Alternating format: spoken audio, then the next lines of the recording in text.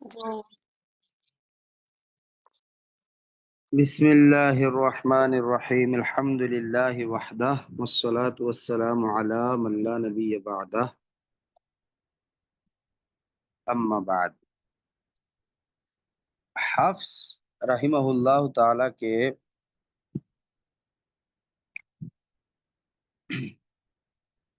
طرق کے بارے میں ہم تفصیلی دراسہ کر رہے تھے۔ پچھلے سبق میں ہم نے الحمدللہ حفص رحمہ اللہ تعالی کے لیے امام جزری علیہ الرحمہ نے ٹوٹل کتنی کتابوں سے ان کے طرق لیے ہیں اور کتنے طرق لیے ہیں، یہ چیز ہم پچھلے سبق میں دیکھ چکے تھے۔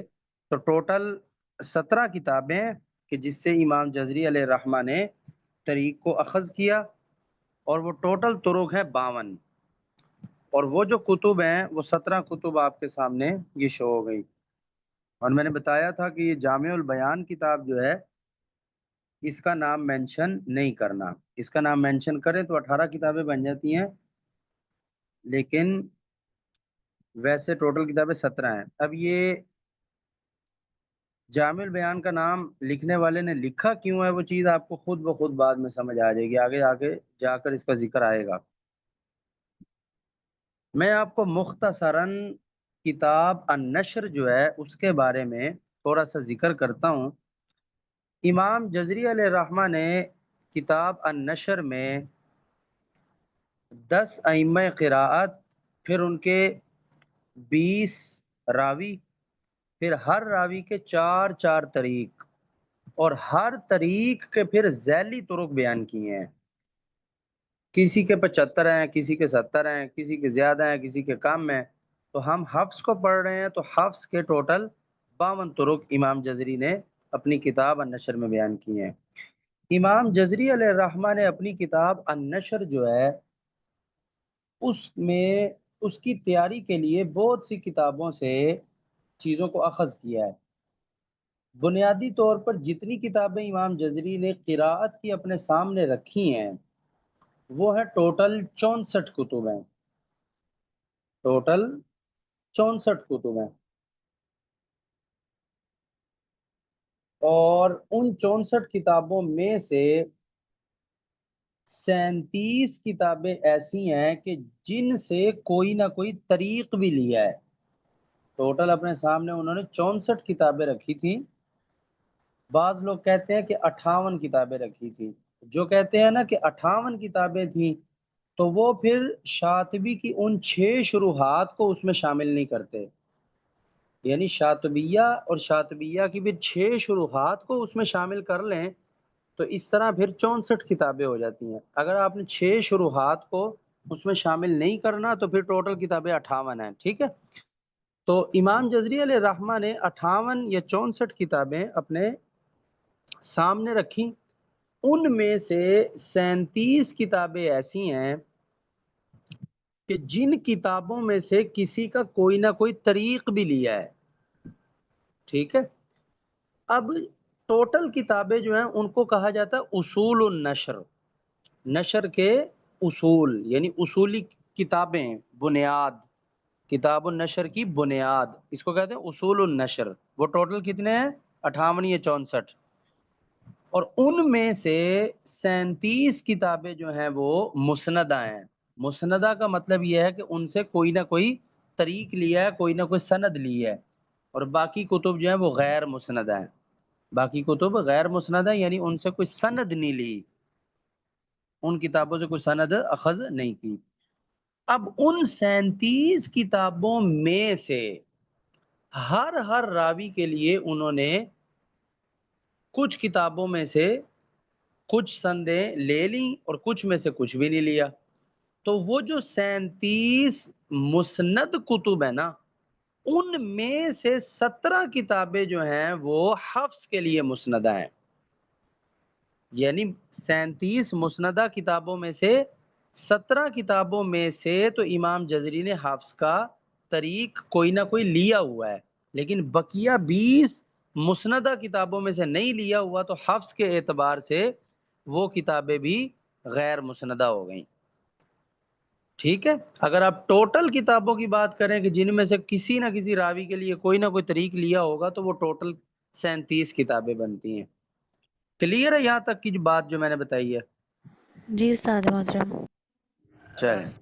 استاد محترم یہ سوال کرنا تھا، آپ نے بتایا کہ 37 میں سے 17 کتابوں کا حفظ سے ریلیٹڈ جو ہے وہ طریق انہوں نے لیا ہے، مطلب جو یہ جو 17 یعنی کتابیں 17 ابھی آپ کتابیں نے ہاتھ سے لکھوائیں. ریلیٹڈ ہیں. جی 17 یہ مطلب کتابیں ہاتھ سے ریلیٹڈ ہیں. یہی 17 کتابیں ہیں جن کا نام آپ نے ہمیں بتایا. جی جی یہ وہی والی 17 کتب سے. اس کے علاوہ جو 20 کتابیں پیچھے رہ جاتی ہیں اس میں حفظ کے علاوہ دوسری قرات ہوگی، اس کے اندر وہاں ان کی لی ہوگی انہوں نے ترک. ہاں جو دوسری کتابیں ہیں ان میں سے حفظ کو تو نہیں لیا، ہاں بقیہ میں سے کسی نہ کسی کو ضرور لیا ہوگا. یعنی ٹوٹل 37 کتابیں ہی ہیں، ہر راوی کے لیے 37 کتابیں ہیں، لیکن ان میں سے ان 37 کتابوں میں سے ٹوٹل کتنی کتابیں ایسی ہیں جن میں سے اس راوی کا کوئی نہ کوئی طریق لیا ہوگا، تو وہ ہر راوی کی الگ الگ ہیں. یہی 37 کی 37 ہی. انہی 37 کتابوں میں سے آپ نے یہ دیکھنا ہوگا کہ کس راوی کے لیے کس کس کتاب میں سے کوئی نہ کوئی طریق لیا ہے. تو ان 37 کتابوں میں سے جب ہم نے دیکھا حفظ کس کس کتاب سے لیا ہوا ہے تو وہ یہ والی 17 کتابیں بنی تھیں. ٹھیک ہے. اس کا یہ مطلب نہیں ہے کہ ان 37 میں سے 17 کتابوں میں سے تو حفظ لے لیا، اب یہ 17 کتابیں حفظ کے لیے خاص ہو گئی ہیں اور جو باقیہ 20 بچ گئی ہیں وہ باقیوں کے لیے ہیں. یہ بات نہیں ہے. یہ 37 کی 37 آپ بار بار دیکھیں گے. قالون کے لیے دیکھیں گے کہ 37 میں سے کس کس کتاب میں سے قالون لیا، اب قالون پتہ چل گیا. اب ورش آ گیا، ورش کے لیے بھی 37 کی 37 کتابوں میں سے دیکھنا ہے کہ کون کون سی کتاب میں سے ورش کا کوئی طریق لیا ہے. اس طرح چلتے چلتے آپ حفظ تک آ گئے. پھر آپ نے حفظ کو دوبارہ سے 37 کتابوں کو دیکھا کہ امام جزری نے کس کس کتاب سے حفظ کا کوئی نہ کوئی طریق لیا ہے. تو ان 37 میں سے یہ والی 17 کتابیں ایسی ہیں کہ جن میں سے حفظ کا کوئی نہ کوئی طریق امام جزری نے لیا ہوا ہے. کلیئر ہے؟ جی کلیئر. اب ان کتابوں کا میں ویسے مختصر سے ذکر کر دیتا ہوں. کتاب التذکرہ طاہر بن غلبون کی، پھر کتاب التیسیر امام دانی کی. بہتر ہے کہ سب سے پہلے کتاب شاطبیہ کا نام لیا جائے، الشاطبیہ امام شاطبی کی، پھر التیسیر کا نام لیا جائے کیونکہ تیسیر اور شاطبیہ کا آپس میں بہت زیادہ تعلق ہے. اور امام جزری کا طریقہ کار یہ ہے کہ سب سے پہلے وہ کتاب شاطبیہ کا طریق بیان کرتے ہیں، پھر تیسیر کا بیان کرتے ہیں، پھر بقیہ کتب کا کرتے ہیں. تو سب سے پہلے شاطبیہ ہو گئی، پھر تیسیر ہو گئی، پھر تذکرہ ہو گئی. جامع البیان، یہ جو جامع البیان ہے نا، اصل میں بعض کے نزدیک جامع البیان بھی ان 64 یا 58 کتابوں میں شامل ہوگی. تو ایک ایک کتاب کا اضافہ کر دیں، جامع البیان کا اضافہ کیے بغیر 58 یا 64 بنتی ہیں. لیکن اگر آپ اس کا اضافہ کر لیتے ہیں تو یہ 59 یا 65 کتب بن جاتی ہیں. جن لوگوں نے اس کتاب کو اصول نشر میں شامل کیا ہے انہوں نے اس لیے شامل کیا ہے کہ امام جزری نے اس کتاب سے ایک طریق لیا ہوا ہے اس کتاب کا نام لے کر، تو اس لیے لوگ اس کو اصول نشر میں شامل کر لیتے ہیں.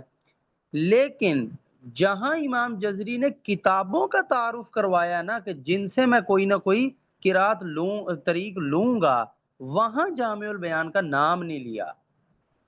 تو یہ اختلاف کی وجہ بنی ہے کہ جامع البیان کا نام اصول نشر میں آئے گا کہ نہیں آئے گا. ٹھیک ہے. اب جس کے لیے تو امام جزری نے خود منہ سے بول کر نام لے لیا جامع البیان کا، اس میں تو جا کر آپ جامع البیان کتاب کا نام لیں گے. لیکن اس کے علاوہ امام جزری نے اس کتاب سے اگر کوئی طریق لیا ہے نا، لیکن اس کا نام نہیں لیا کتاب کا، جیسا کہ حفظ میں ہے. حفظ کا ایک طریق ایسا ہے کہ اس طریق کو بیان کرتے ہوئے امام جزری نے جامع البیان کتاب کا نام نہیں لیا، لیکن ہمیں معلوم ہے کہ وہ طریق جامع البیان میں موجود ہے. اب امام جزری نے نام نہیں لیا تو ہم کتاب جامع البیان کی طرف اس طریق کو منسوب نہیں کر سکتے، اگرچہ ہمیں پتہ ہے کہ وہ سیم ٹو سیم طریق کتاب جامع البیان میں موجود ہے. لیکن امام جزری نے یہ بات نہیں نہ کہی کہ یہ والا طریق کتاب جامع البیان سے، لہذا ہم نام نہیں لے سکتے، یہ اصول ہے۔ اگر امام جزری نے نام لیا ہوتا تو ہم بھی نام لے لیتے، امام جزری نے نام نہیں نہ لیا جامع البیان کا حفظ کا طریق بیان کرتے ہوئے، لہذا ہم بھی نام نہیں لیں گے، انہوں نے صرف مصنف کا نام لیا ہے۔ اب اس کی بہت سی وجہ ہو سکتی ہیں، ہو سکتا ہے کہ امام جزری خالصتاً کتاب جامع البیان سے نکال کر اس کو بیان نہ کر رہے ہوں، انہوں نے اپنے جس استاد سے پڑھا اس استاد کی سند وہ بیان کر رہے ہوں، اور وہ سیم ٹو سیم چاہے جامع البیان کتاب کی سند بن جائے، کیا فرق پڑتا ہے؟ یعنی میں اپنی سند حفظ تک لے کر جاؤں اور وہ سند جو ہے کسی نہ کسی کتاب کے ساتھ میچ ہو جائے، اب چاہے اس میچنگ کا مجھے پتا ہو یا نہ ہو، اسی طرح میں اس کتاب کی طرف منسوب کروں یا نہ کروں، یہی ساری بات ہو سکتی ہے نا۔ امام جزری کو چاہے پتا تھا کہ یہ جامع البیان کتاب میں طریق مذکور ہے، لیکن انہوں نے اپنے استاد سے جامع البیان کی تخصیص کے ساتھ نہیں پڑھا ہوگا، تو انہوں نے جامع البیان کا نام نہیں لیا، لیکن جہاں جامع البیان کی تخصیص کے ساتھ پڑھا تو وہاں نام بھی لے لیا۔ یہ سارا ایشو ہے کتاب جامع البیان کا۔ اکثر طرق امام جزری نے ایسے بیان کیے ہیں مختلف راویوں کے کہ جو جامع البیان کتاب کے طریق سے میچ کرتے ہیں، سندن بھی اور تفصیل کے اعتبار سے بھی، تو وہاں ہم جامع البیان کتاب کا نام نہیں لیں گے۔ اگر تو ہم نے نام لے لیا تو اس کا تو یہ مطلب ہوا کہ امام جزری نے کتاب جامع البیان سے طریق بیان کیا ہوا ہے، تو جامع البیان سے تو بیان نہیں کیا، ہاں جامع البیان کے ساتھ میچ کرتا ہوا طریق بیان کیا ہے۔ تو بہتر ہے کہ آپ کم از کم حفظ کی کتابوں کا اگر مسندہ کتب کا ذکر کر رہے ہو تو وہاں جامع البیان کتاب کا نام نہ لیں، اگرچہ آپ کو پتہ بھی ہو کہ یہ جامع البیان میں موجود ہے۔ واضح ہے یہ بات؟ واضح۔ جی استاد محترم۔ اس کے بعد پھر ہے کتاب روضہ، اس کو روضۃ المالکی کہہ دیتے ہوتے ہیں ہم، ابی علی المالکی کی ہے۔ التذکار، یہ کتاب اس وقت دنیا میں موجود نہیں ہے، شاید کہیں کسی لائبریری میں اس کا کوئی مخطوطہ ہو، لوگوں نے تو بہت تحقیق کی ہے، کسی کے ہاتھ تو نہیں لگا، ہو سکتا ہے یہ کتاب ضائع ہو گئی ہو۔ پھر ہے کتاب الوجیز، یہ احوازی کی کتاب ہے۔ آگے کتاب الجامع، یہ جامع کتاب کے بارے میں ایک چیز ہے، ایک کتاب ہے الجامع فی القراءۃ العشری و قراءۃ الاعمش، اور ایک کتاب ہے الجامع فی القراءات العشری و قراءۃ الاعمشی و قراءۃ ابن محیسن، دو نام بھی تقریباً سیم ہے، دونوں کا مصنف الگ الگ ہے، ٹھیک ہے۔ جس میں صرف قراءت اعمش ہے نا، وہ لکھی ہے علی بن محمد ابن فارس الخیاط نے، اور جو دوسری ہے وہ لکھی ہے امام الفارسی نے، تو اس کو ہم کہتے ہیں جامع الفارسی، اور اس کو ہم کہتے ہیں جامع ابن فارس۔ اب یہ دونوں کتابیں جو ہیں کتب مسندہ میں شامل ہیں، یہ دونوں کتابیں کتب مسندہ میں شامل ہیں، لیکن حفظ کے لیے جامع ابن فارس تو مسندہ ہے لیکن جامع الفارسی مسندہ نہیں ہے، تو یہ بہت واضح طور پر آپ کو اس بات کا معلوم ہونا چاہیے۔ اس کو جامع الخیاط بھی کہہ دیتے ہیں، جامع ابن فارس کو جامع الخیاط بھی کہہ دیتے ہیں، یعنی خیاط کی لکھی ہوئی جامعہ یا ابن فارس کی لکھی ہوئی جامعہ۔ ایک ہے جامع ابن فارس جس کو جامع الخیاط بھی کہہ دیتے ہیں، اور ایک ہے جامع الفارسی، تو دونوں کتابوں میں فرق ہے، دونوں کتابیں مختلف ہیں۔ اور حفظ کے لیے کون سی مسند ہے؟ جامع ابن فارس یا جامع الخیاط، اور جامع الفارسی جو ہے وہ مسند نہیں ہے حفظ کے لیے۔ اسی طرح ایک اور کتاب ہے جس کا نام تو اصل میں ہے سوق العروس، چھپ گئی ہے وہ، اس کا لقب ہے جامع ابی معشر، وہ کتاب سرے سے مسندہ کتب میں شامل ہی نہیں ہے، اسے کہتے ہیں جامع ابی معشر، اصل نام اس کا سوق العروس ہے، ٹھیک ہے۔ چلیں یہ قرات کی جو تفصیلی اور بڑی بڑی کتابیں ہیں نا جس میں بہت زیادہ طرق بیان کیے گئے ہیں، ان میں سے ایک کتاب سوق العروس ہے۔ یہ 3-4 کتابیں ایسی ہیں جس میں بہت زیادہ چیزیں بیان کی گئی ہیں، بہت زیادہ چیزیں بیان کی گئی ہیں۔ علامہ روز باری کی ایک کتاب ہے جامع القراءات کے نام سے، اسی طرح سوق العروس ہے ابی معشر الطبری کی، اس میں بہت سارے طرق بیان کیے گئے ہیں۔ ایک آگے کتاب کا ذکر آ رہا ہے، یہ 50 قراتوں میں ہے یہ کتاب، الکامل فی القراءات العشر والاربعین الزائد علیہا، یا اس کا نام بولا جاتا ہے الکامل فی القراءات الخمسین، اس کا نام بولا جاتا ہے۔ تو پھر آگے کتاب الکامل ابی علی یہ ابن جبارہ الحزلی کی، پھر ہے کتاب المستنیر، پھر ہے تلخیص العبارات۔ یہ بھی ذرا دھیان رکھنا چاہیے، ایک کتاب ہے تلخیص جو ابی معشر الطبری نے لکھی ہے، اور ایک کتاب تلخیص ہے جو ابن بلیمہ نے لکھی ہے۔ تو بہتر ہے کہ جب ابن بلیمہ کی کتاب کا ذکر ہو تو پورا بول دیا جائے تلخیص العبارات، تو تلخیص العبارات لفظ بولتے ہی سمجھ آ جائے گا کہ یہ ابھی معاشر والی کتاب نہیں ہے، اس کا تو صرف نام تلخیص ہے، التلخیص اس کا نام ہے۔ تو بہتر ہے کہ تلخیص العبارات لفظ بولا جائے، نہیں تو تلخیص ابن بلیمہ کہنا پڑے گا، تلخیص ابن بلیمہ۔ اور ابھی معاشر کی بھی ایک تلخیص ہے جو کہ وہ نہیں ہے، مسندہ نہیں ہے۔ بہرحال لفظ تلخیص اگر بولنا ہو تو پھر خیال کرنا چاہیے کہ ابھی معاشر اور ابن بلیمہ کا فرق کیا جائے، نہیں تو تلخیص العبارات بول دیں۔ پھر ہے کتاب التجرید ابن فحام کی، پھر ہے ارشاد المبتدی۔ ارشاد نام کی کتابیں بھی نا 2 ہیں، ایک ابھی آپ نے پہلے نمبر پہ پیچھے جو کتاب کا نام لکھا تھا نا تذکرہ طاہر بن غلبون، یہ اس کے والد کیا، طاہر بن عبد المنعم، یہ جو عبد المنعم ہے نا اس کی کتاب ہے ارشاد نام سے۔ تو اگر آپ نے اکیلا لفظ ارشاد بولنا ہو تو پھر آگے ابی العز القلانسی لفظ کہنا پڑے گا کہ ارشاد ابی العز، ابی العز کی ارشاد، یا پھر بہتر ہے ارشاد المبتدی نام بولتے، جب ارشاد المبتدی بولیں گے تو پھر مسئلہ نہیں بنے گا۔ اگر اکیلا لفظ ارشاد بولنا ہو تو پھر آگے مصنف کا نام بولنا پڑے گا، ارشاد ابی العز القلانسی۔ پھر اسی کی ایک اور کتاب ہے کفایت الکبریٰ۔ اگر آپ اکیلا لفظ کفایہ بولیں گے نا تو کفایہ 2 ہیں، ایک ہے الکفایہ فی الست، 6 قراتوں میں، وہ لکھیے سبت الخیات نے، ہم اس کو کبھی کبھی کفایہ تو ست کہہ دیتے ہیں، کبھی کبھی کفایہ تو سبت کہہ دیتے ہیں۔ تو اگر اکیلا لفظ کفایہ بولنا ہے پھر آگے بولنا پڑے گا کفایہ لی ابی العز القلانسی، ٹھیک ہے؟ اور الکفایۃ الست یا الکفایہ فی الست یا الکفایۃ السبت، یعنی کفایت السبت، یہ سارا کچھ پھر آپ کو یاد ہونا چاہیے، ٹھیک ہے؟ تو یہ کتاب کا بہتر ہے کفایت الکبریٰ یاد کر لیں، زیادہ مسئلہ ہی نہ ہو۔ اچھا، یہ جو ابی العز القلانسی ہے نا اس کی ایک کتاب ہے کفایت الکبریٰ جو تفصیلی ہے، ایک کتاب ہے ارشاد جو کہ مختصر ہے۔ یہ جو جامع البیان ہے نا اور کتاب التیسیر ہے، یہ دونوں امام دانی نے لکھی ہے نا، سیم یہی حال اس کا بھی ہے، جامع البیان تفصیلی کتاب ہے اور کتاب التیسیر مختصر کتاب ہے۔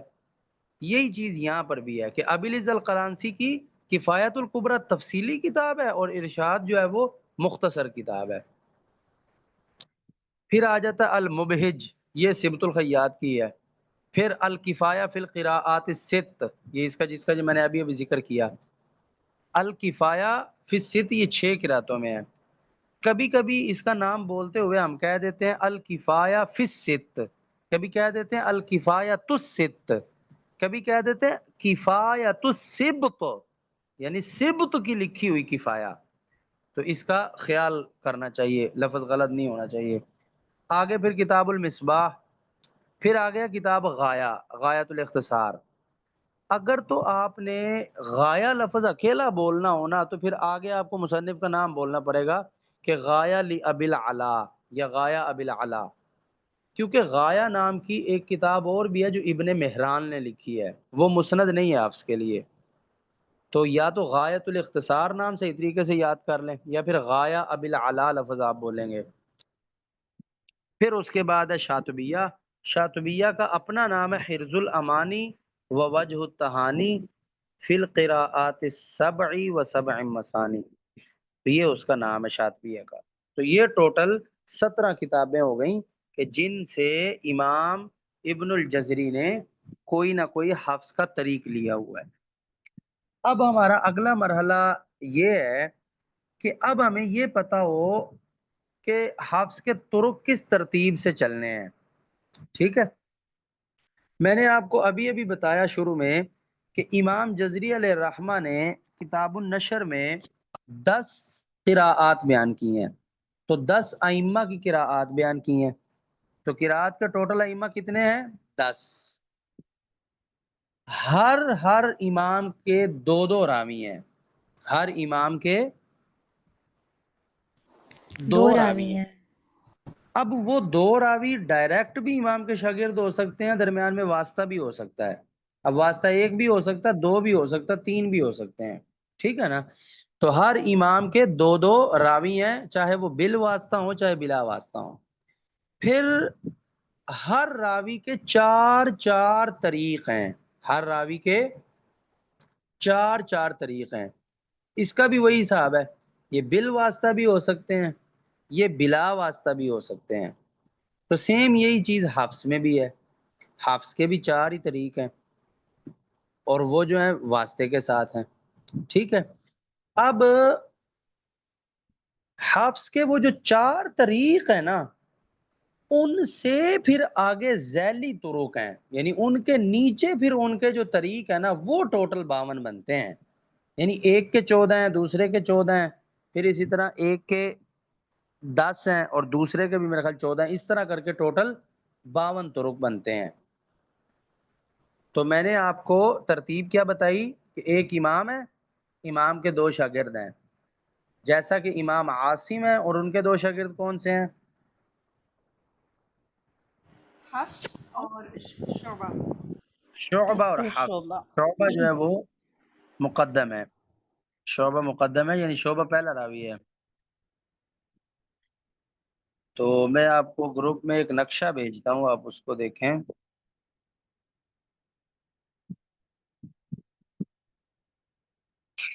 امام عاصم کے 2 شاگرد ہیں، پہلا شاگرد کون ہے؟ شعبہ، اور دوسرا کون ہے؟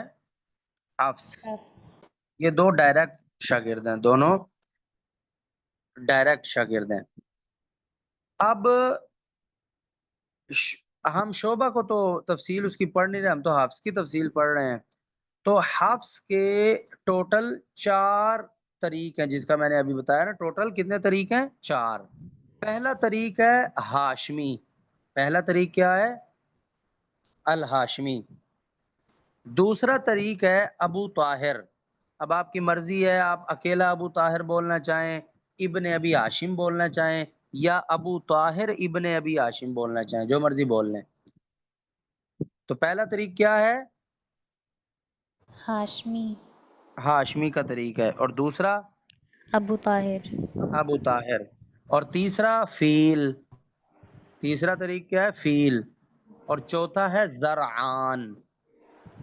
تو یہ حفظ کے ٹوٹل 4 طریق ہیں، حفظ کے ٹوٹل یہ 4 طریق ہیں۔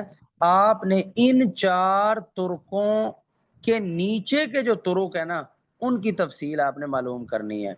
میں یہی بات آپ کو الٹے انداز میں بتا دوں، میں تو آپ کو اوپر سے نیچے بتا رہا ہوں نا، آپ کو یہ بات زیادہ اچھی سمجھ آئے گی، میں نیچے سے اوپر چلتا ہوں۔ دیکھیں، امام جزری نے جانا ہے 17 کتابوں تک، ان 17 کتابوں میں ٹوٹل 52 سندیں ہیں، ٹوٹل 52 سندیں ہیں۔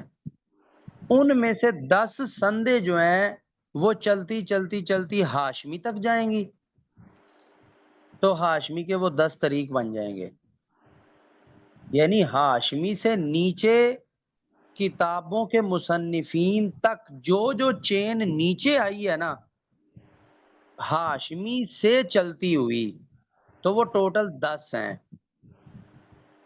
اور جو ابو طاہر سے چل کے نیچے آئی ہیں وہ بھی 14 ہیں، جو فیل سے چل کے نیچے آئی ہیں وہ بھی 14 ہیں، اور جو زرعان سے چل کے آئی ہیں نیچے وہ بھی 14 ہیں۔ یعنی امام جزری کی کتابوں کے مصنفین تک سند اور ان مصنفین سے لے کر ہاشمی تک اگر سند کی چین آپ بنائیں نا تو وہ ٹوٹل 10 چینز بنتی ہیں. ان 10 چینز کو ہاشمی کے 10 طرق کہا جاتا ہے. اب سمجھ آئی بات؟ جی تو اس کا مطلب یہ ہوا کہ اب آپ نے اپنے آپ کو امام جزری تک پہنچانا ہے، جزری کو کتابوں کے مصنفوں تک پہنچانا ہے، اور ان مصنفوں میں سے جس جس مصنف کی سند ہاشمی تک جاتی ہے وہ آپ نے سیپریٹ کر کے اپنے پاس لکھنی ہے. ٹھیک ہے؟ اور اسی طرح ابو طاہر تک کرنی ہے. اور پھر ہاشمی اور ابو طاہر کا استاد کون ہے؟ عبید بن الصباح. کون ہے؟ عبید عبید بن بن عبید الصباح. بن الصباح. اور عبید کا استاد کون ہے؟ حفص. ٹھیک ہے؟ اسی طرح آپ نے کتابوں کے مصنفوں سے سندیں لے کر جانی ہے، فیل تک پہنچنا ہے کہ جس جس کتاب میں فیل کی سند مذکور ہوگی تو آپ نے کتاب کے مصنف سے لے کر اس کو فیل تک لے جانا ہے. پھر اسی طرح آپ نے زرعان تک لے جانا ہے. اور فیل اور زرعان کا استاد کون ہے؟ عمرو بن الصباح. کون ہے؟ عمرو بن الصباح. عمرو بن الصباح. ہاں، بعض لوگ اس کو عمرو پڑھتے ہیں اس لفظ کو، یہ عمر ہوتا ہے، عمر. یہ واو نہیں پڑھا جاتا، عین کے اوپر زبر ہوتی ہے. عمرو بن الصباح. اور عمرو کے استاد کون ہے؟ حفص. تو ٹوٹل 52 چینز جو ہیں وہ چلتی چلتی اوپر حفص تک جائیں گی. ٹھیک ہے؟ تو یہ جو بنیادی نقشہ ہے نا کہ ایک امام ہوگا، امام کے 2 راوی ہوں گے. اب وہ ڈائریکٹ شاگرد بھی ہو سکتے ہیں، انڈائریکٹ بھی ہو سکتے ہیں. اور ہر راوی کے 4 طریق ہوں گے، وہ بھی ڈائریکٹ بھی ہو سکتے ہیں، انڈائریکٹ بھی ہو سکتے ہیں. اور پھر ہر طریق کے آگے ذیلی طرق ہوتے ہیں. اور حفص کے ذیلی طرق کی تفصیل کیا ہے کہ پہلا طریق ہاشمی ہے، اور ہاشمی کے ٹوٹل ذیلی طرق کتنے ہیں؟ 10. ابو طاہر کے ٹوٹل کتنے ہیں؟ 14. فیل کے کتنے ہیں؟ 14. اور زرعان کے بھی 14. 14. تو یہ ٹوٹل 52 طرق ہو جاتے ہیں. ٹھیک ہے؟ اب آپ نے ان 17 کتابوں میں سے یہ چیک کرنا ہے کہ کون کون سی کتاب سے ہاشمی کا طریق آتا ہے. ایسی کون کون سی کتاب ہے کہ جس میں ہاشمی کا طریق لکھا ہوا ہے. تو وہ سارا نقشہ یہاں دیا ہوا ہے. یہ آن کیوں نہیں ہو رہی کتاب؟ یہ دیکھا آپ نے نقشہ کہ روایت حفص سے نیچے آ رہا ہے عبید، عبید سے نیچے اس کا شاگرد ہے احمد بن سہل الاشنانی، اور اشنانی کے 2 شاگرد ہیں، پہلا ہاشمی اور دوسرا ابی طاہر. میں نے آپ کو کہا تھا نا کہ درمیان میں واسطہ بھی ہو سکتا ہے. تو یہ دیکھیں ہاشمی اور ابی طاہر سے حفص تک سند جانی ہو تو درمیان میں 2 واسطے ہیں کہ ہاشمی اور ابی طاہر نے پڑھا احمد بن سہل الاشنانی سے، اور اس اشنانی نے پڑھا عبید سے، اور عبید نے پڑھا حفص سے. حفص سے. حفص سے. ٹھیک ہے؟ اب ہاشمی کا طریق کس کس کتاب میں ہے؟ بولیں. الشاطبیہ، شاطبیہ، تیسیر، تیسیر، غایت الاختصار، الجامع، الجامع، یہ جامع کون سی ہے؟ التذکرہ، ابن فارس. جامع ابن فارس. جامع ابن فارس، شاباش. آگے اگلی کتاب التذکرہ، المبہج. المبہج، مبہج ہے، تلخیص یہ زیر کے ساتھ ہے. العبارات، ٹھیک ہے؟ مبہج، التذکرہ. آگے تلخیص العبارات، ہم المستند، المستنیر اور الکامل. الکامل. اور کتاب الکامل.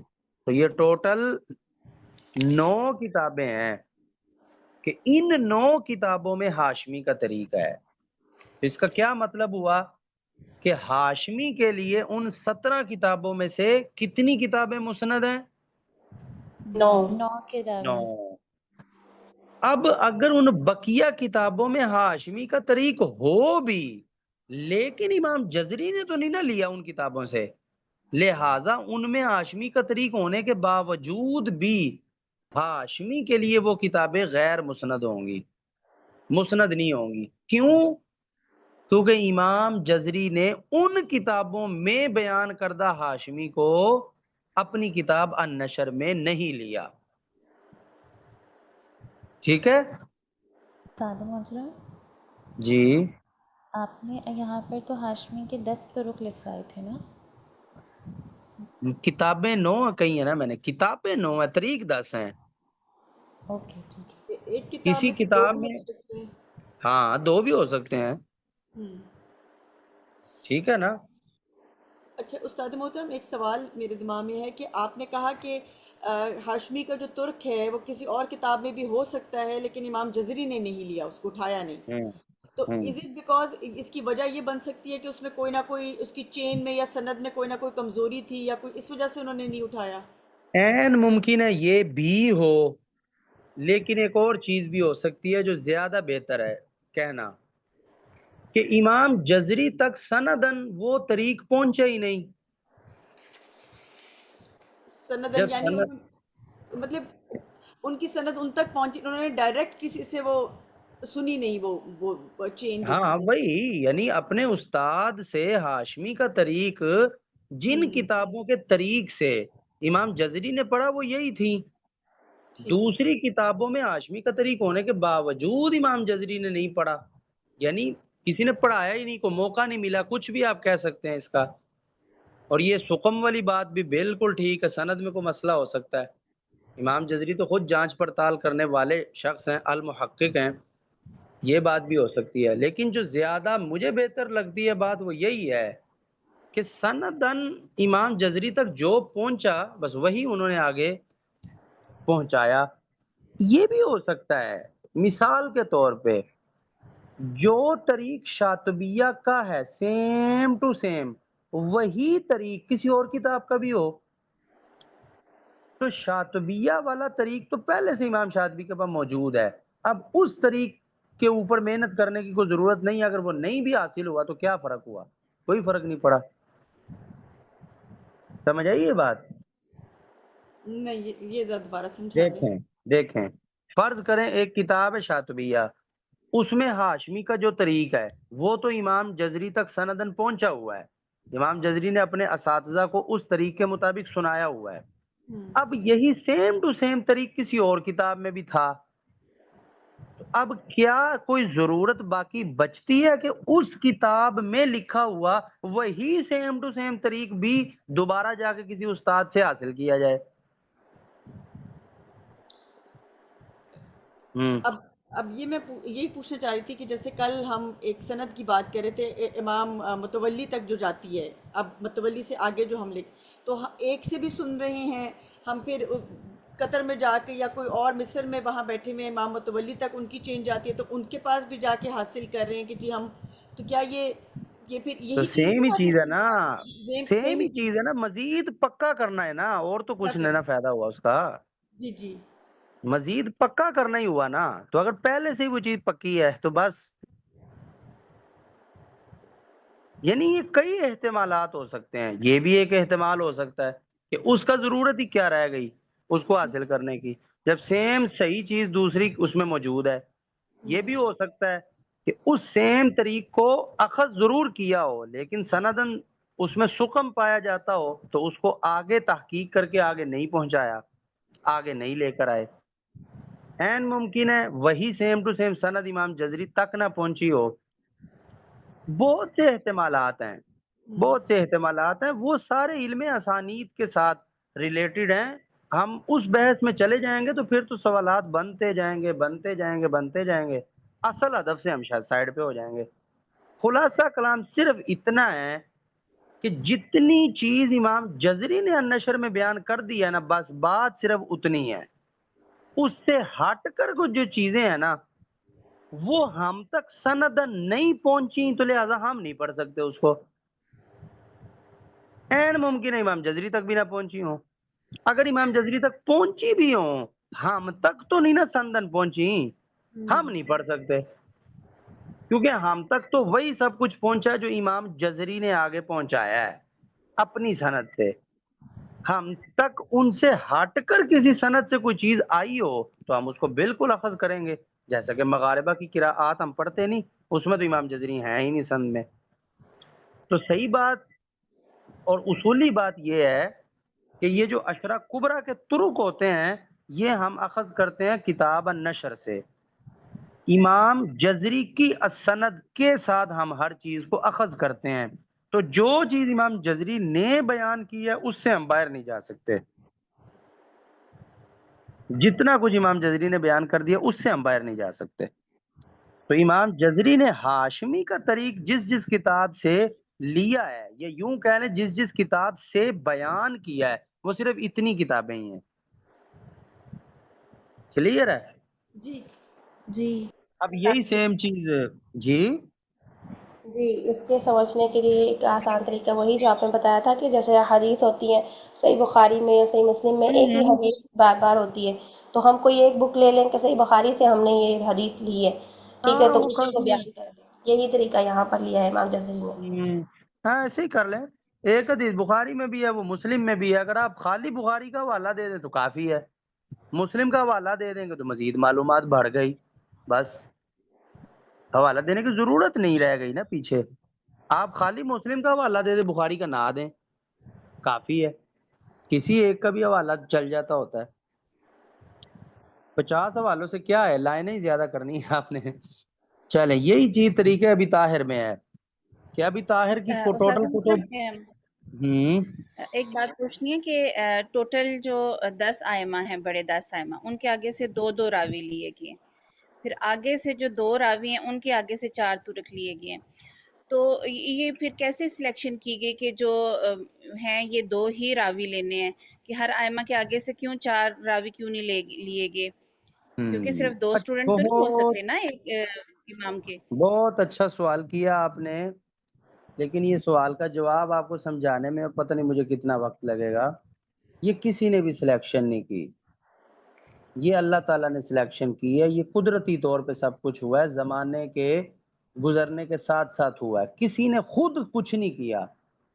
یہ اچھی خاصی غلط فہمی ہے، اور یہ اچھے خاصے سمجھدار ترین علماء کو بھی غلطی لگی ہے اس میں، یہاں تک کہ بعض قرات کے منکر ہی ہو گئے ہیں. ٹھیک ہے، وہ اصل میں پڑھانے والا انداز یہ اختیار کرتا ہے تو طلباء ایک غلط بات سن لیتے ہیں، وہ غلط بات پکی ہو جاتی ہے، وہی پھر آگے کام خراب ہو جاتا ہے.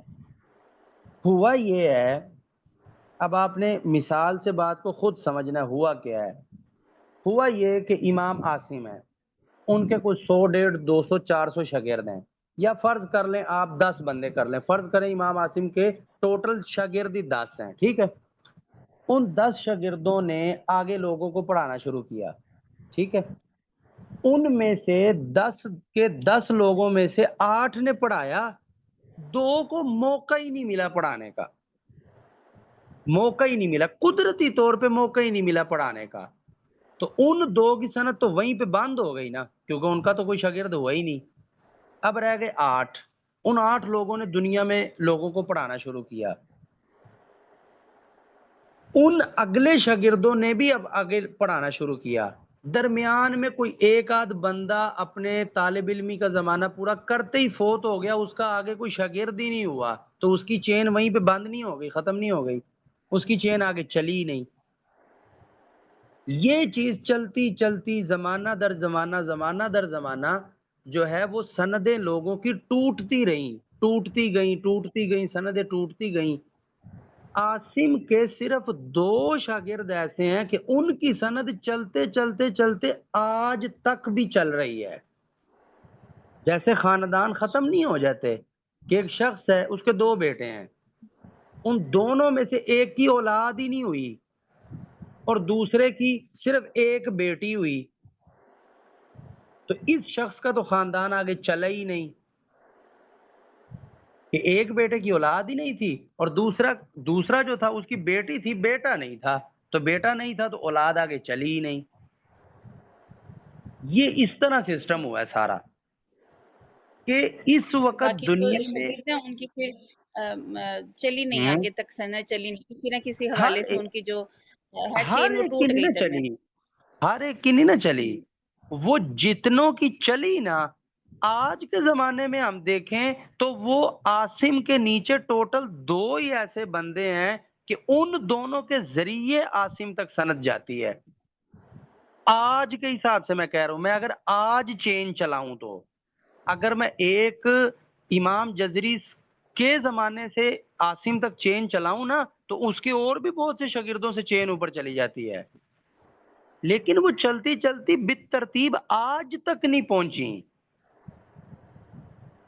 یعنی میں امام جزری کے زمانے میں بیٹھا ہوں، کتنی ساری کتابیں ایسی ہیں کہ انہوں نے عاصم کے اور بھی شاگرد بیان کیے ہیں، یعنی ان تک تو سند پہنچ گئی. اب ان سے آگے سند چلی ہی نہیں، قدرتی طور پہ ہی نہیں چلی. کوئی بندہ فوت ہو گیا، یا کسی نے پڑھایا ہی نہیں، یا کسی کو موقع ہی نہیں ملا پڑھانے کا، یہ سارا کام ہوا.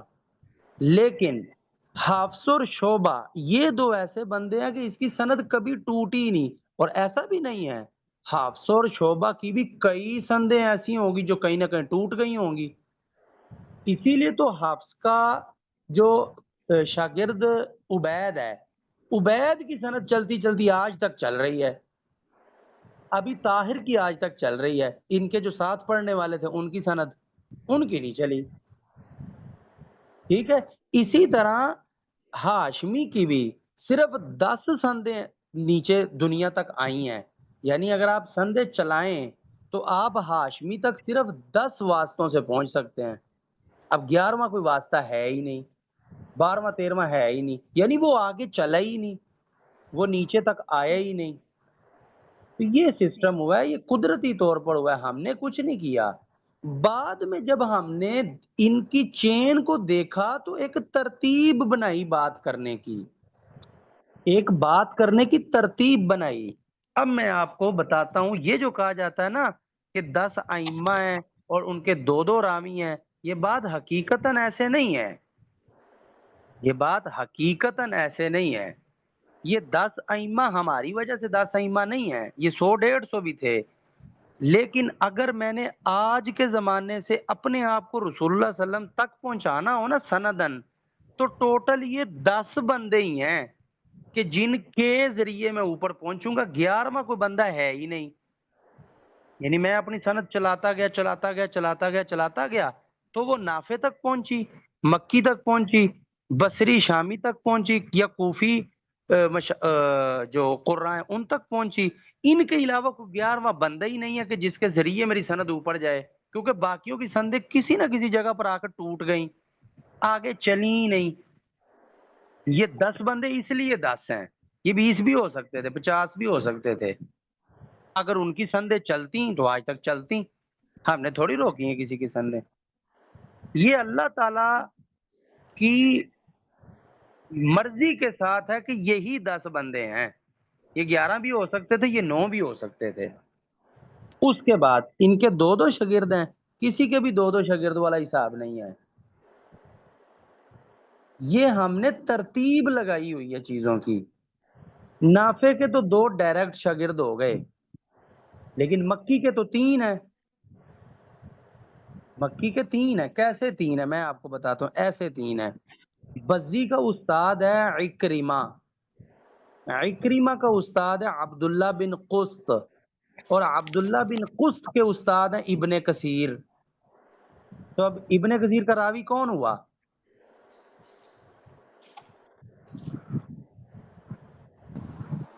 اکرمہ. بزی کا استاد ہے عکرمہ، عکرمہ کا استاد ہے عبداللہ بن قسط، اور عبداللہ بن قسط کا استاد ہے ابن کثیر. تو ابن کثیر کا راوی کون ہوا حقیقتاً؟ اکرمہ. بصری ہوا. بس چلو، اوے بستی. عبداللہ بن قسط ہوا. عبداللہ بن قسط. بول تو میں رہا ہوں کہ عبداللہ بن قسط کا استاد ابن کثیر ہے. تو شاگرد کون ہوا؟ عبداللہ بن قسط.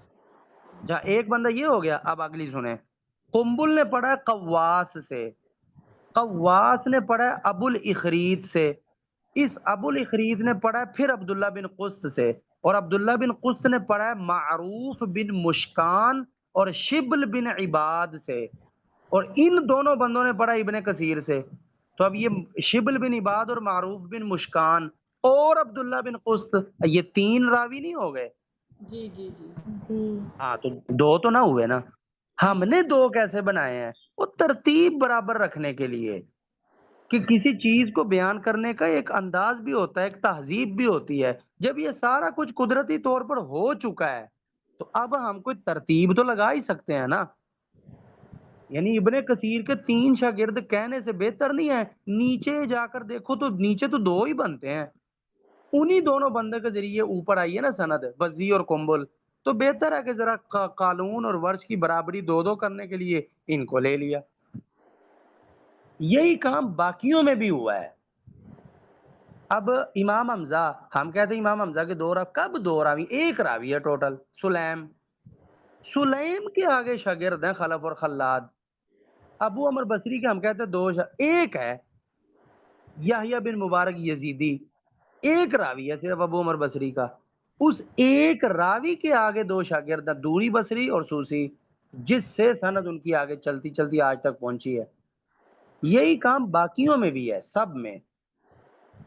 یہ جو ہم نے 2 مینشن کی، یہ مینشن نہیں کیے، یہ ہم نے متعین نہیں کیے ہوئے، یہ پہلے سے متعین ہے. ہم نے تھوڑی اوپر نیچے کر کے ترتیب لگائی ہے کہ کسی کے ڈائریکٹ شاگردوں کو ہم نے راوی کہہ دیا، کسی کے شاگرد کے شاگرد کو راوی کہہ دیا، کسی کے شاگرد کے شاگرد کے شاگرد کے شاگرد کو کہہ دیا.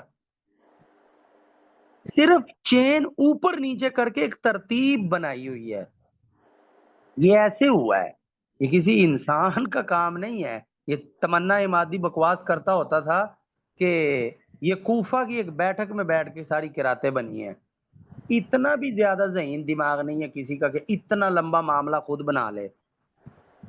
یہ کوفہ کی مسجد میں بیٹھ کر ہر سال قراتیں بناتے رہے ہیں لوگ، ہر سال مینٹین رکھتے رہے ہیں. یہ قراتوں کی سندوں کو آپ دیکھیں، یہ جس طرح مینٹین ہے، یہ انسان کا کام ہے کہ اس طرح اس کو مینٹین کر لے. علامہ ناصر الدین البانی کتنا بڑا نام ہے، آپ سوچ سکتے ہیں کہ کوئی سند اس کو سمجھ نہ آئی ہو. ان کو قرات کی سندیں دکھائی گئی، ان کو سمجھ ہی نہیں آئی. وہ کہتے ہیں یہ تو ظلمات بعضها فوق بعض ہے، اندھیرے ہیں، یہ تو اندھیروں میں اندھیرے ہیں. یعنی یہ کوئی سند، قرات کی سند جس انداز میں امام جزری نے بیان کی ہے نا، وہ بیان کرنے کا انداز ایک نیا انداز ہے. اس طرح سند کوئی بھی بیان نہیں کرتا ہوتا، لیکن جس طریقے سے بیان کی ہیں اور وہ کتنی زبردست چین بناتے ہیں، تو یہ سارا قدرتی، وہ اوپر سے نیچے لے کر آتے ہیں چیز کو، اوپر سے نیچے بیان کرتے کرتے پھر سند کو اوپر لے جاتے ہیں. تو قراءات کی ان سندوں کو نہ سمجھنے کی وجہ سے بعض لوگوں نے ان کو غلط ہی کہہ دیا. تو اب میرا خیال ہے آپ کو سمجھ آ گیا ہوگا کہ یہ 10 ائمہ کیوں ہیں اور 2 راوی کیوں ہیں اور 4 طریق ہی کیوں ہیں. ابھی چلو طریق کی بات چل رہی ہے نا، ابھی میں نے کہا تھا نا کہ حافظ کے 4، بلکہ ہر ایک کے میں نے کہا 4 طریق ہیں. حافظ کے نیچے 2 لوگ کون کون ہیں، نام بولیں ذرا. عبید ابن صباح، عبید بن صباح اور عمرو بن بن صباح. صباح، یہ 2 بندے ہی ہیں نا، تو یہ 2 طریق ہوئے نا، یہ 2 طریق ہوئے. ہم 4 کیوں کہہ رہے ہیں؟ کیونکہ بعض راویوں کے ڈائریکٹ 4 اپنے شاگرد سے بھی ان کی سند چلی ہے، تو ان کے 4 برابر کرنے کے لیے ہم نے اوپر نیچے آگے پیچھے کر کے ہر ایک کو 4 کہہ دیا.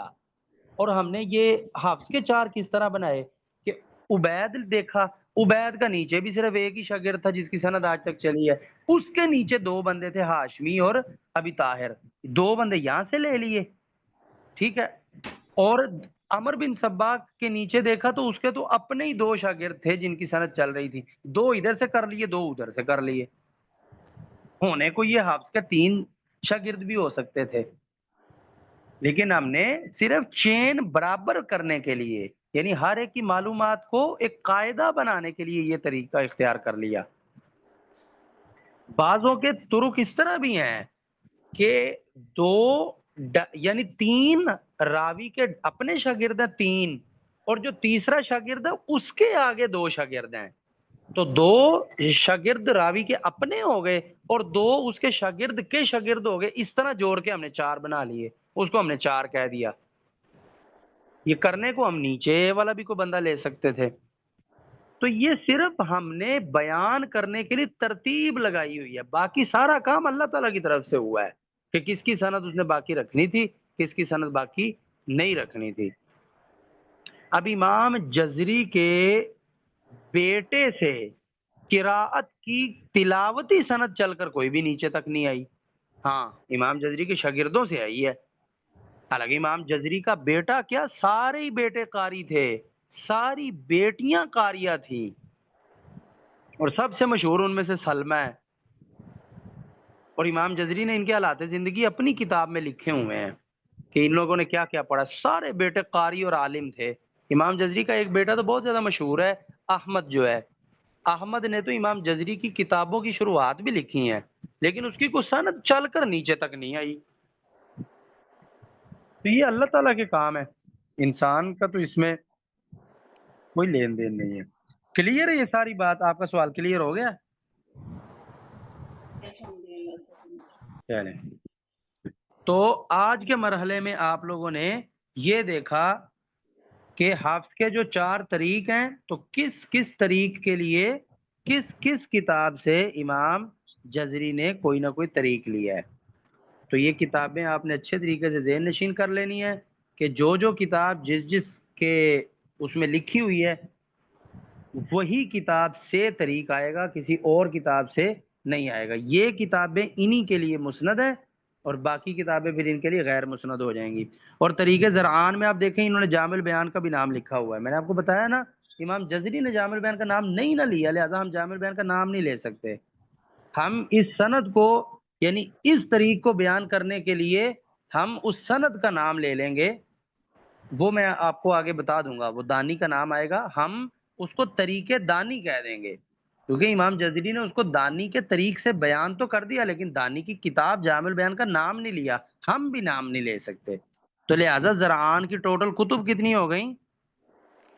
8، حالانکہ یہاں پہ جامع البیان کو ڈال کر 9 لکھا ہوا ہے، تو کتابیں ٹوٹل 8 ہیں، کتابیں ٹوٹل 8 ہیں، ان میں سے ایک، اور ٹوٹل ترک کتنے ہیں؟ 14، ان 14 ترکوں میں سے ایک طریق ایسا ہے کہ جو امام دانی کی کتاب جامع البیان میں بھی ہے، لیکن ہم اس کو جامع البیان کا طریق نہیں کہیں گے بلکہ کیا کہیں گے؟ طریق دانی۔ تو 13 ترک ان 8 کتابوں میں سے آتے ہیں اور ایک طریق 14واں جو ہے وہ طریق دانی ہے۔ ٹھیک ہے، کلیئر ہے یہاں تک ساری بات؟ جی استاد محترم، جی استاد محترم۔ طریق دانی آپ نے کہا ہے، تو کیا یہ التیسیر میں نہیں آیا یہ والا نہیں، ترک؟ وہ طریق تیسیر میں نہیں ہے۔ تیسیر تو پھر وہ کہاں جو سے لیا انہوں نے؟ بس وہ امام میں نے گرنتھی آپ کو اٹھا لیا؟ بتایا نا امام جزری نے ڈائریکٹ اپنے استاد سے پڑھا اور جو سند استاد نے بتائی وہ امام جزری نے اپنے پاس محفوظ کر لی۔ اب وہ سند ہو بہو وہ دانی والی سند تھی، یعنی اس میں آگے جا کے امام دانی آ جاتے تھے، اور وہی ہو بہو سند جو ہے جو استاد نے امام جزری کو بتائی، امام جزری کے استاد نے، وہ جامع البیان میں بھی تھی۔ اب ہمیں تو پتہ چل گیا کہ وہ جامع البیان میں، امام جزری کو بھی پتہ ہوگا، لیکن امام جزری نے نام نہیں لیا۔ اب امام جزری نے نام نہیں نہ لیا تو ہم بھی کتاب کو مینشن نہیں کر سکتے۔ ٹھیک، امام کیونکہ جزری نے اگر مینشن کرنا ہوتا تو وہ خود بول کر بتاتے، جیسے کتاب التیسیر کا بول کر بتایا ہے ہم، کہ دانی کا یہ طریق دانی نے اپنی کتاب تیسیر میں بیان کیا، تو اس کا مطلب ہے امام دانی کی کتاب تیسیر کے طریق سے امام جزری بات کر رہے ہیں، لیکن جامع البیان کا کہتے ہوئے امام جزری نے نام نہیں لیا، بلکہ امام جزری کبھی بھی دانی کی کسی اور کتاب کا نام نہیں لیتے سوائے ایک جگہ کے، لیکن وہ حافظ میں شامل نہیں ہے وہ چیز۔ تو تو دانی کا طریق کتاب المفردات میں بھی ہو سکتا ہے دانی کی، وہ جامع البیان میں بھی ہو سکتا ہے، وہ اس کی کسی اور کتاب میں بھی ہو سکتا ہے، لیکن ہم اس کا نام نہیں لے سکتے۔ ہم یہ نہیں کہہ سکتے کہ امام جزری نے اس کو جامع البیان کے طریق سے بیان کیا، کب بیان کیا؟ نہیں بیان کیا، انہوں نے کیا ہوتا تو ہم بھی کر لیتے۔ اب امام جزری کو طریق بیان کریں تو وہ دنیا کی جس بھی کتاب کے مطابق ہوگا، کہ ہم اس کا نام لے لیں گے؟ نہیں لے سکتے، یہ خیانت ہوگی۔ ٹھیک، امام تو جزری تو نہیں لے رہے اس کتاب کا نام، ہم بھی نہیں لے سکتے۔ ٹھیک ٹھیک ہے ہے، جی استاد استاد محترم، محترم اس کی اس کی آپ یہ مثال اس طرح سے ہو سکتی ہے کہ جیسے ہم بالفرض مختلف اساتذہ سے پڑھتے تو ہیں، لیکن ہم کہہ رہے ہیں کہ ہم جو طریقے سے پڑھا رہے ہیں نا وہ قاری شہریار کے طریقے سے ہم پڑھا رہے ہیں. اب جو چیزیں قاری شہریار نے بتائی ہیں ہم نے انہی کو آگے کنورٹ کرنا ہے، اور چیزیں ہمیں باقی اساتذہ سے پتہ معلوم تو تھیں اور وہ مطلب ہیں بھی اوتھینٹک، لیکن جب قاری شہریار نے نہیں بتایا تو ہم بھی آگے نہیں بتا سکتے کیونکہ میری طرف ان کا منسوب طریقہ. کر کے تو نہیں نا بتا سکتے، ایسے جی ہی ہے. جی میری طرف بالکل. منسوب کر کے تو نہیں نا بتا سکتے، حالانکہ بات وہ ٹھیک بھی ہو.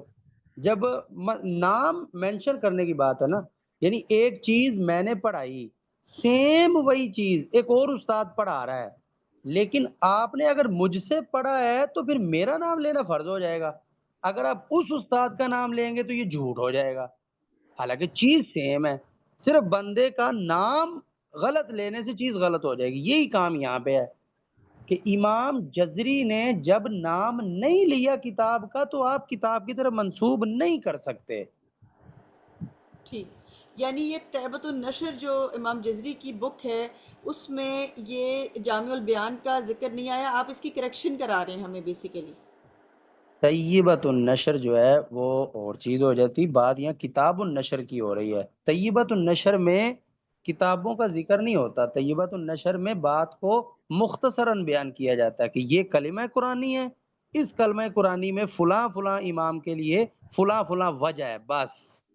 تفصیلات آتی کتاب النشر میں، تفصیلات ساری کتاب النشر میں آتی ہیں، سندے بھی کتاب النشر میں ہیں.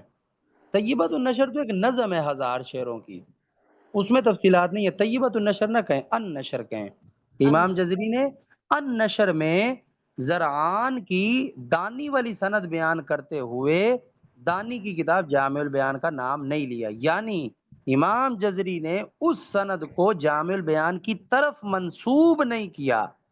تو ہم بھی نہیں کر سکتے، اگرچہ ہمیں پتا ہے کہ وہ سند جامع البیان میں موجود ہے. اب وہ سند سیم ٹو سیم کسی اور کتاب میں بھی موجود ہو سکتی ہے، تو ہم پھر اس کا نام کیوں نہیں لے رہے؟ تو نام نہیں لے سکتے، کیوں؟ کیونکہ امام جزری نے نام نہیں لیا. اگر وہ نام لے لیتے تو ہم بھی نام لے لیتے، ہم بھی اس کتاب کی طرف اسے منسوب کر دیتے. استاد محترم، یہ جو ابھی آپ نے ہمیں کتب لکھوائیں جو ترک ہے طریق زرعان کا، تو اس میں یہاں پر امام دانی کی جو آپ یہ بتا رہے ہیں چین جو کہ میچ کرتی ہے لیکن نہیں، تو یہاں ہم اس کا پھر کیا نام لکھیں گے ہی نہیں؟ طریقے دانی کہیں گے اس کو، بس. نہیں، ادھر بھی نہیں لکھیں گے جو آپ مطلب ہم ادھر ہاں نہیں، ہم بکس تو میں نہ کتاب، لکھیں.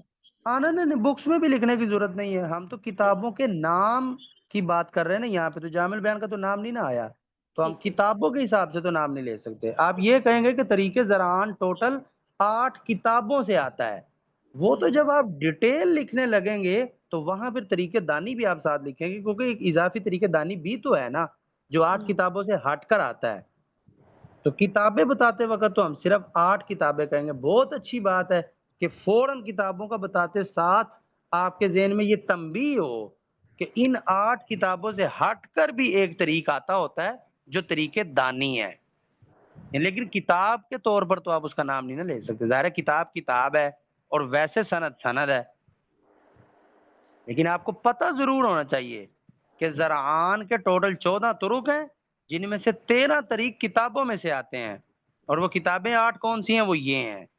اور ایک 14واں طریق بھی ہے جو ہے طریق دانی. اس کی طریق کی تفصیل لکھتے وقت تو آپ اس کو مینشن کریں گے، لیکن کتابوں کا نام لیتے وقت تو پھر آپ اس طریق کا نام بھی نہیں لیں گے، ضرورت نہیں ہے. ویسے تنبیہ کے طور پر آپ کو پتہ ضرور ہونا چاہیے. ٹھیک ہے، جی. تو خلاصہ کلام پورے سبق کا یہ ہوا کہ حفظ کے 4 طریق ہیں اور ٹوٹل 17 کتابیں ہیں. ان 17 کتابوں میں سے جس جس طریق کو امام جزری نے جس جس کتاب سے لیا ہے تو وہ کتابیں آپ کے سامنے یا نقشے میں آ گئی ہیں. اور ہاشمی کے 10 طرق ہیں، باقی 3 کے 14 طرق ہیں. اور یہ 14 اور 10 طریق مل کر 52 طرق بنتے ہیں، اور یہ 52 طرق انہی 17 کتابوں کے اندر ہیں. اور ان 17 کتابوں میں سے جو کتاب جس جس راوی کی ہے وہ یہ سامنے آپ کے لکھی ہوئی ہے. اور اب ہم نے اس کے بعد امام جزری کی انہی کتابوں تک کی سندیں دیکھنی ہیں، اور پھر ان کتابوں کے بعد ہر طریق تک ہم نے ان سندوں کو پورا کرنا ہے. یعنی میں نے کہا نا کہ ہاشمی کی ٹوٹل 10 سندیں ہیں، اب آپ نے یہ سندیں اوپر لے کر جانی ہے، تو 52 طرق پورے کرنے ہیں. اس سے اگلا مرحلہ ہمارا کتابوں تک کی اسانید اور کتابوں کے بعد حفظ تک کی اسانید کا ہوگا. ٹھیک ہے، چلیں. جی جزاکن اللہ خیر، بارک اللہ فیکن، حیاکن اللہ تعالی. کوئی سوال ہے سبق میں سے تو کر لیں، پھر سبق کلوز کرتے اپنے. استاد محترم ایک ریکویسٹ کرنی تھی. ان شاء اللہ تعالیٰ یہ ہم حفظ امام حفظ تک تو پہنچ جائیں گے عن عاصم. اس کے اوپر اگر حضور پاک صلی اللہ علیہ وآلہ وسلم تک بھی ہمیں کروا دیں تو وہ بھی. وہ بعد کی بات ہے، وہ بھی جی ہوگا، ظاہر ہے، جی وہ بتانا ہی پڑے گا. وہ تو اتنی امپورٹنٹ ترین بات ہے نا جی کہ وہ تو میں نے لازماً بتانی ہی ہوتی ہے. وہ جی حفظ کی جو اوپر کی سند ہے نا، اس کا ایک بہت مین ایک پوائنٹ ہے. یہ ہمارے ہاں جتنی سندیں چھپتی ہیں نا جو بچوں کو دینی ہوتی ہیں، وہ حفظ کے بعد کی سند میں انہوں نے گڑبڑ کی ہوتی ہے. وہ گڑبڑ تو نہیں ہوتی، وہ کس وجہ سے گڑبڑ ہو جاتی ہے وہ بھی ساری میں ڈسکس کروں گا، اور وہ غلطی ہوتی کیا ہے وہ بھی انشاءاللہ آپ کو بتاؤں گا. وہ بات تو بہت ضروری ہے، وہ تو کرنی ہے میں نے.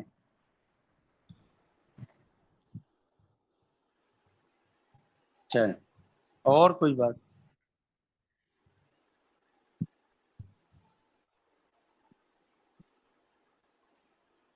چل، جزاکم اللہ خیر، بارک اللہ فیکم، حیاکم اللہ تعالی. السلام علیکم ورحمۃ اللہ وبرکاتہ.